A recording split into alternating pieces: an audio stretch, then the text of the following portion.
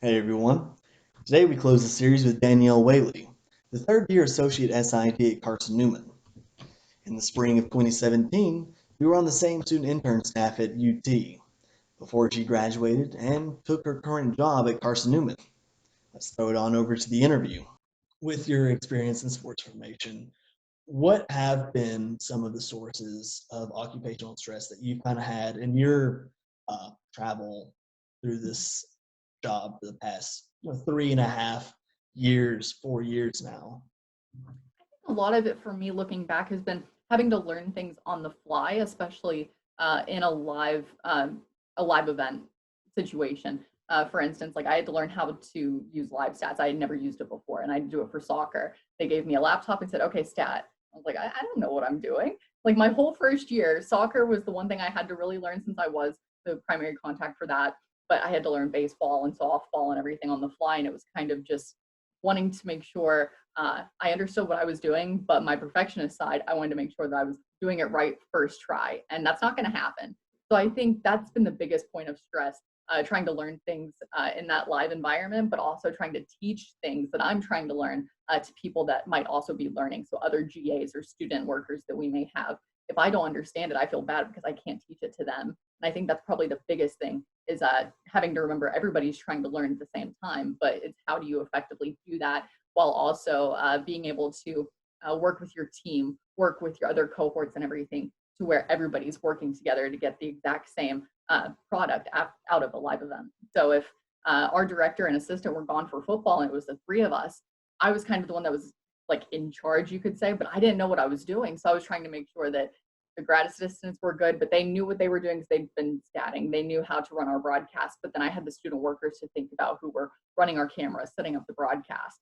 So it's just that first year was really, really tough. And I think I have learned along the way, but there still are times where we'll have a weekend where we have four sports going on and people want to be in different spots. And it's like, okay, how can I make sure that I'm focused on where I am and not having to worry about what's happening at another event?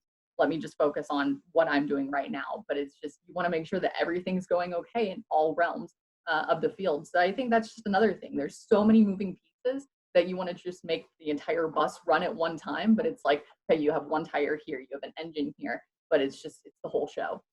It's definitely, it can be very hard to juggle uh, not just the sports themselves, but the expectations that come along from the coaches about the coverage they're expecting to get, not always being particularly, uh, not being particularly uh, understanding of everything else you have going on.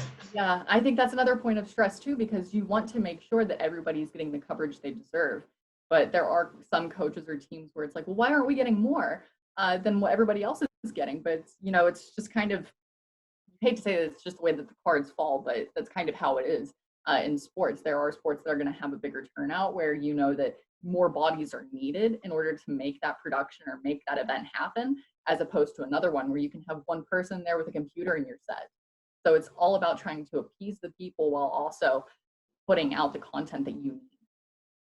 Particularly, you were saying your first year uh, dealt with a lot of stress, trying to learn things.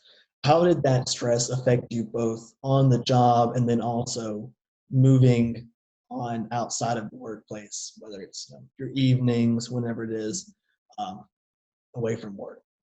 Yeah, so I think on the job, all of that stress kind of pushed me to say, well, I need to be doing more. I need to be understanding what I'm doing. So that made the day longer. Or if I was trying to do 100 things at once to make sure that everything was working, I think that kind of changed the task, like the daily tasks being on grounds and everything for what I was doing. And then whenever I'd come home at the end of the night, it was just I'd still have my laptop out. I'd still be doing work. So I'd be working until late in the night. And even on weekends, whenever we'd have game days and stuff, you get one day off if you're lucky in this field. So that one day you would try to not have to worry about work, but then I'd get the laptop out again, be doing more work. But I think since then, I've kind of gotten into a place where it's like, okay, I can look at what I have day to day, but I can look at it more as a weekly thing because I was able to get into more of a rhythm, knowing, okay, this day I'm going to work on game notes. This day I'm going to have the preview done. We're ready to go. It's going to go out the next day. So then whenever it gets time for game day, whenever I really need to be focused, I'm the calmest I can be up until game time because it's like, okay, everything's done. I can breathe. We can just look at what needs to be done.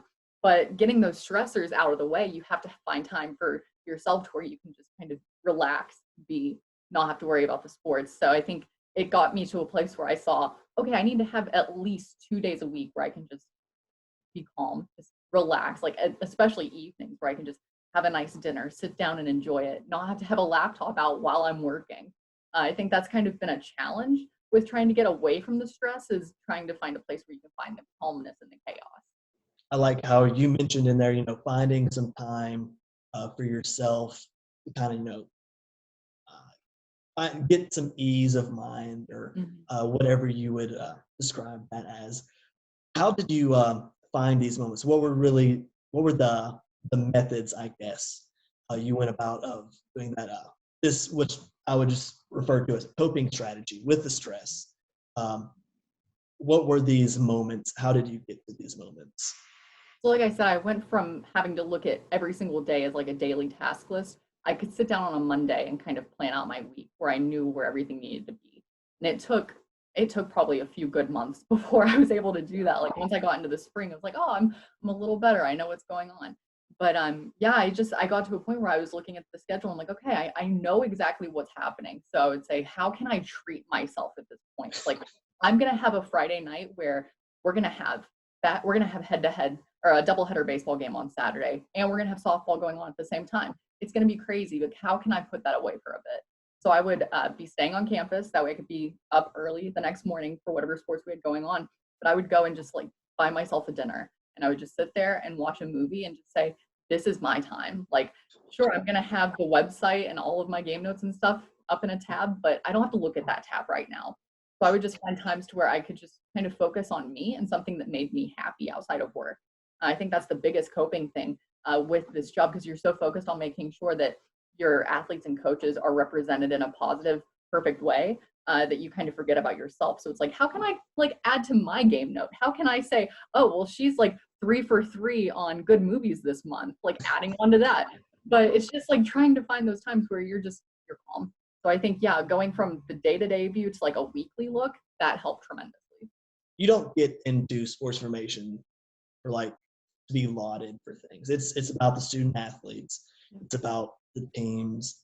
Um, it's about those things. But at the same time, that can be that can wear down on someone. Always, always, always focusing on other people, never really bringing it back uh, home. I think that's really interesting how you kind of brought that into play there. I think that's a great coping strategy.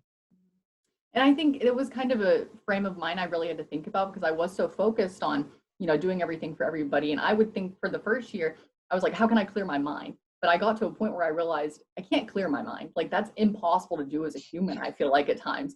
So instead of trying to clear my mind, it's like, how can I focus on myself in this moment? Like I have points where it's like, okay, here I'm thinking about baseball. Here I'm thinking about the soccer team. Here I have golf. But it's like, I want to push all that aside to focus on this one spot where it's me. So I think that's kind of the realm of thinking that I had to take on. And it's not easy. It's not easy in the slightest in this job at all. Uh, but it's a way that you have to thank yourself. Like you said, sometimes it is a thankless job, but it's how can you thank yourself for getting through this week, getting through these really tough tournaments that you have coming up? How do you thank yourself in the end? Sports information is a job that is based around promoting others, which makes it quite easy to lose track of oneself. Danielle found that putting aside some me time was one of the greatest tools she had for coping with her stress. For her, that acts as a great reward for completing another hectic week, while also pulling her away from her work for a couple of hours. Another one of the ways she dealt with the stress coming from the litany of things on her to-do list at work was by regimenting out each week of her schedule. By knowing what are you doing every day, it's possible to not only find more time to focus on yourself instead of work, but is also effective at improving one's feeling of control over their life. And with that, sports formation and stress comes to a close. I hope this series has been able to educate you somewhat regarding the sports information profession, occupational stress, and coping strategies. I would like to thank everyone involved in this series for taking the time out of their day to help, and I'd also like to thank you, the viewer, for tuning in. Stay safe out there during these trying times. Coy signing out.